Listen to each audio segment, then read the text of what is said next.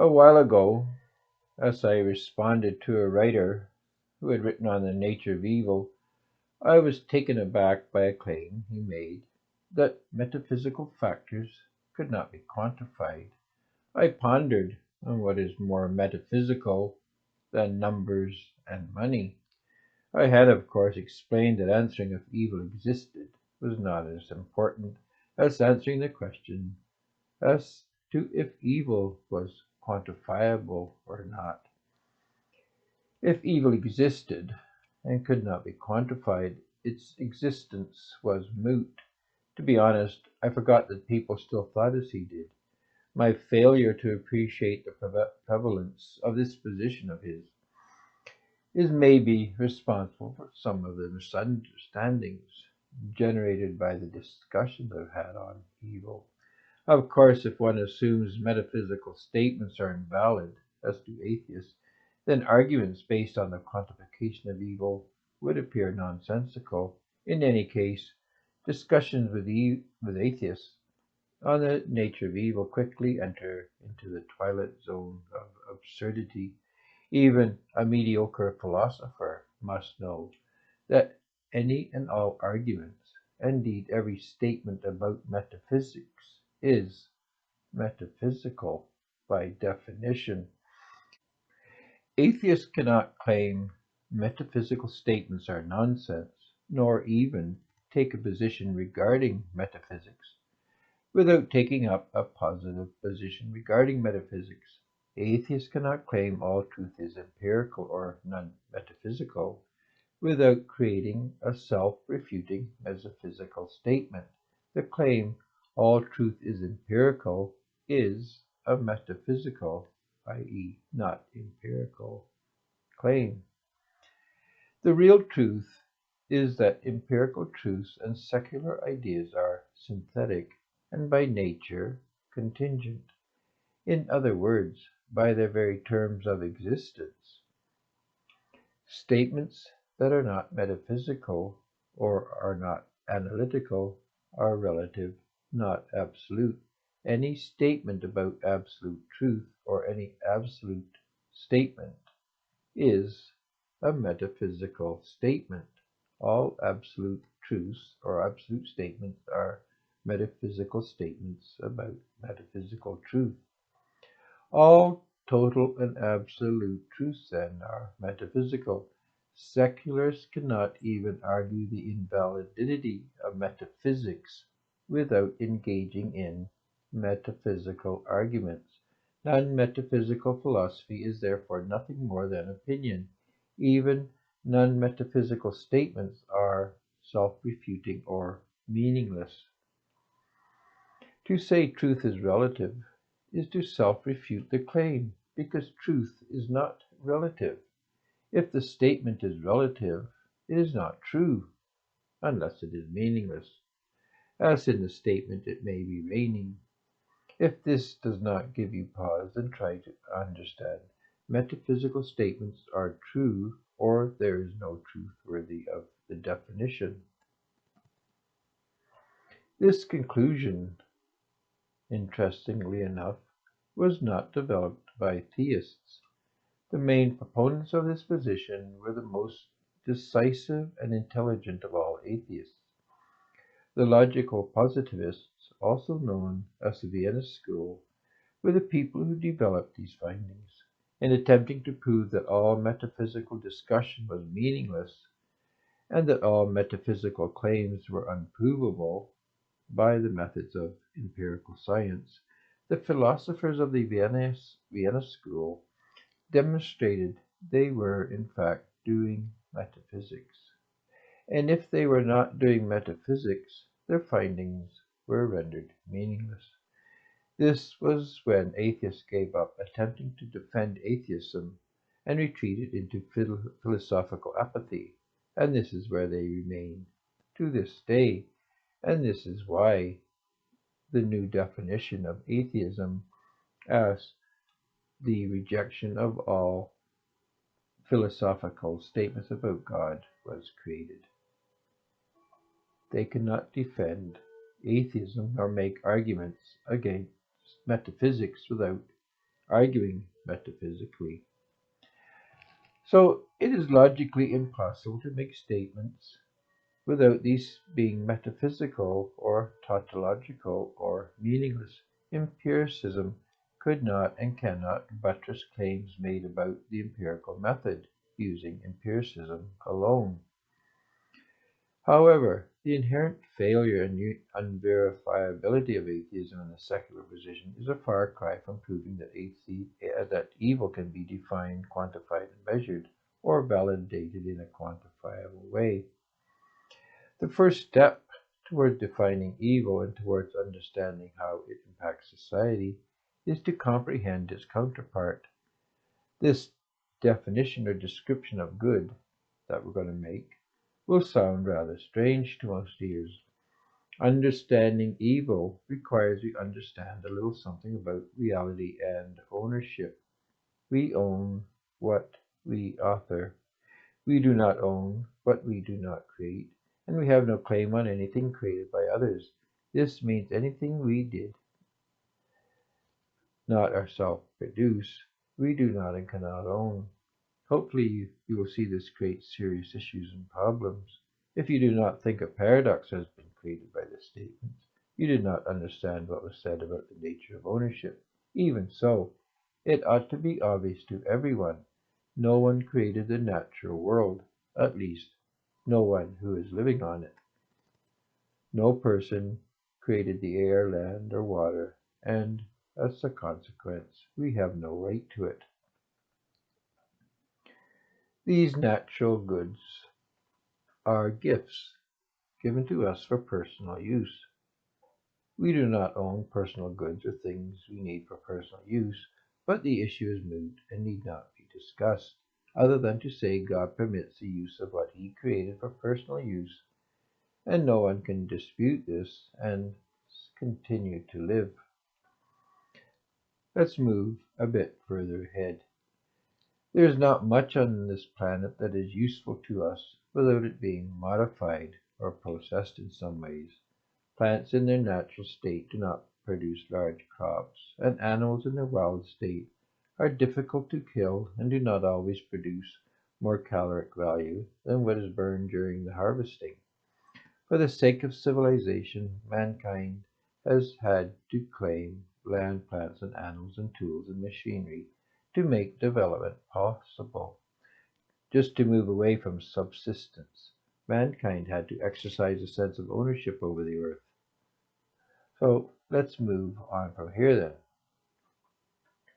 The problem man has encountered in developing civilization is the wide range of abilities between persons.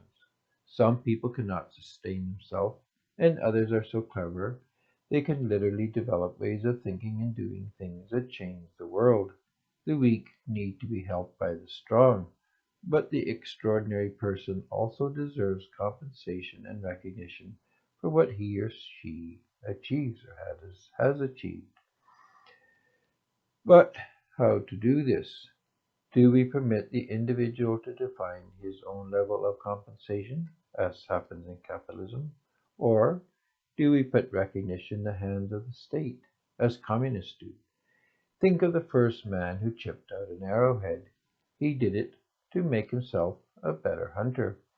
Perhaps his tribe saw wisdom in permitting this hunter to remain in camp and focus on making arrow and spearheads for the tribe's use.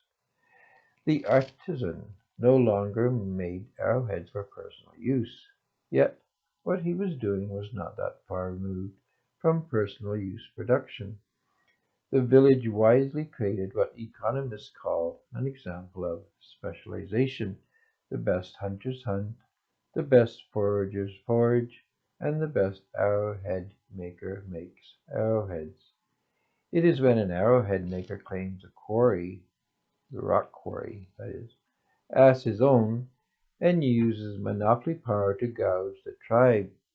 When the activity of one member becomes so overvalued that he or she becomes wealthy at the expense of everyone else, that is when we need to consider an injustice is being done. It is easy to see Og never made the flint from which he is gaining his wealth. What gives him the right to claim the entire supply of flint as his own. Indeed, to get technical, what gives him the right to even sell arrowheads? He is not the sole owner. Like a house with a lien attached, the seller cannot sell the property unless the lien holder is notified and agrees to the selling. The arrowhead is disputed property. No one disputes the design and work is not the property of the artisan. But Og is not selling the design or the work. He is selling a fully formed arrowhead made of flint that belongs to God. Let's restate the problem in a way that will make the issue clearer. Imagine one member of the tribe claiming the quarry of rock as his own.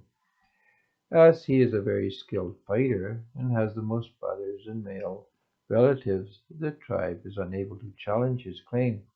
The owner of the quarry is able to sell flint for whatever price he likes, as it is the only supply of flint the tribe has. Interestingly, this behavior is closely related to the situation we are still in. In the liberal democratic system, might makes right, and the end justifies the means. We rarely resort to physical force now to enforce our claims, but we are not the sole owner and we have no need to. The state is the proxy owner of what we have title to and keeps that option open. We permit the state to administrate our common claim to that which we have title to, because we understand that anyone who challenges the state will be defeated by the state's superior power. To be good is to pay one's way. To be good and do good, we have to have ownership of what is good, i.e., ownership of things with value, things that we create. There is no way around this. If we have nothing, we cannot do anything, at least nothing on our own volition. A slave cannot do good because he cannot do anything out of his own volition and has nothing of his own to do good with. Minor courtesies can be performed, but we will ignore this for the sake of conciseness. If we do not own the car we drive, using it to shuttle people around is not a good, at least not an unmitigated good. As for the case of a slave, we can perform what are better called courtesies or acts of politeness. Good acts need to consume the resource of the charitable person, not what belongs to a third person or only a small portion of time.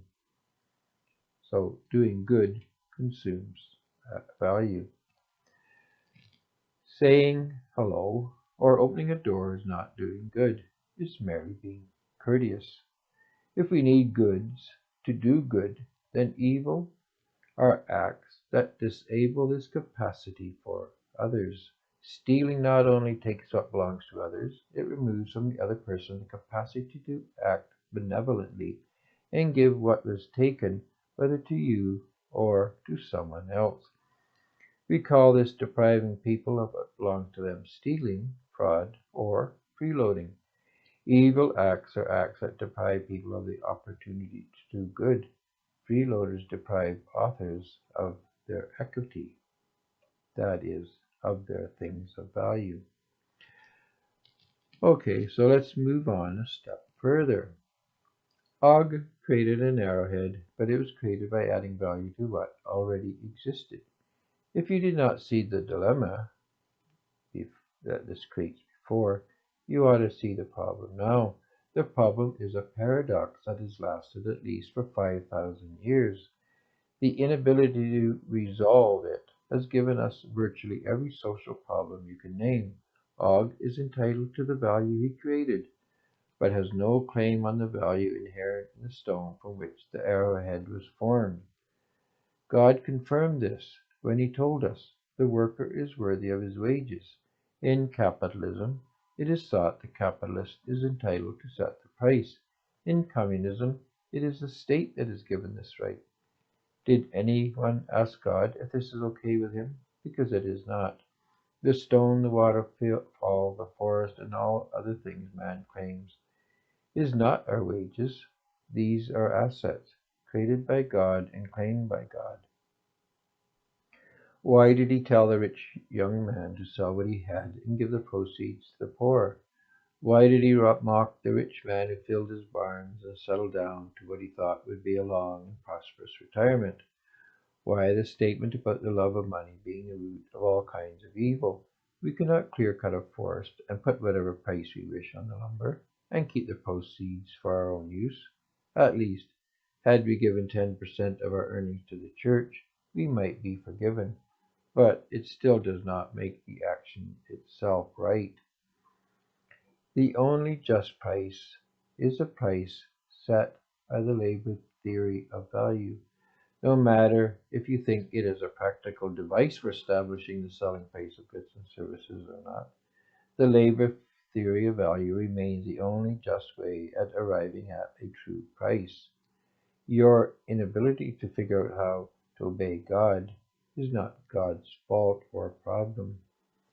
If the person who added value to a natural resource has the right to define the value of what he added, but no right to define the full value of the product or service created, because he or she used what belongs to God, then we need a trustee to represent the fiduciary interests of God with power and who is given power of attorney. This is the church. However, to prevent confusion when talking about the church in this context, we call this proxy agent and exchange. We know from Scripture that the church is composed of witnesses to God's glory, or those whom the Bible calls saints. We propose that the church was formed to represent the interests of God in the world. It is therefore the church that legally owns all that was created by God. When we wish to start a business, assets of the needed kind are allocated to us by the church in the name of God and under the authority of God. We do not own these assets. All capital is owned by the subsidy created by the church to serve as owner of record. This is the new business. If we are setting up a taxi business, the new business is given a car or cars by the exchange. The value of these assets are debited the business account. If $50,000 is credited to the business account shows a debit of $50,000 and the exchange account shows 50,000 credits. The entrepreneur does not invest capital in the business directly. If he has assets over and above what he needs for personal use, the value of these are credited to the exchange. The exchange allocates capital as needed towards the capitalization of new businesses and toward the support of existing businesses to expand them. People in the taxi business drive the taxi and are paid for the work they do by the exchange. If they take from the exchange or a member of the church and do not record this as a debit, this is evil. The exchange is able to give the theft or fraud a numerical value and debit the criminal's account. The amount taken is a debit to the freeloader and a credit to the victim's account to compensate for the harm done. This is not to say the exchange will always be paid back any monies credited to the account of a victim. This is about recording debits and credits. The harm done by a criminal can be quantified and recorded, and ought to be. Society can and ought to track harm done on the criminal's account and on the account of his or her victims.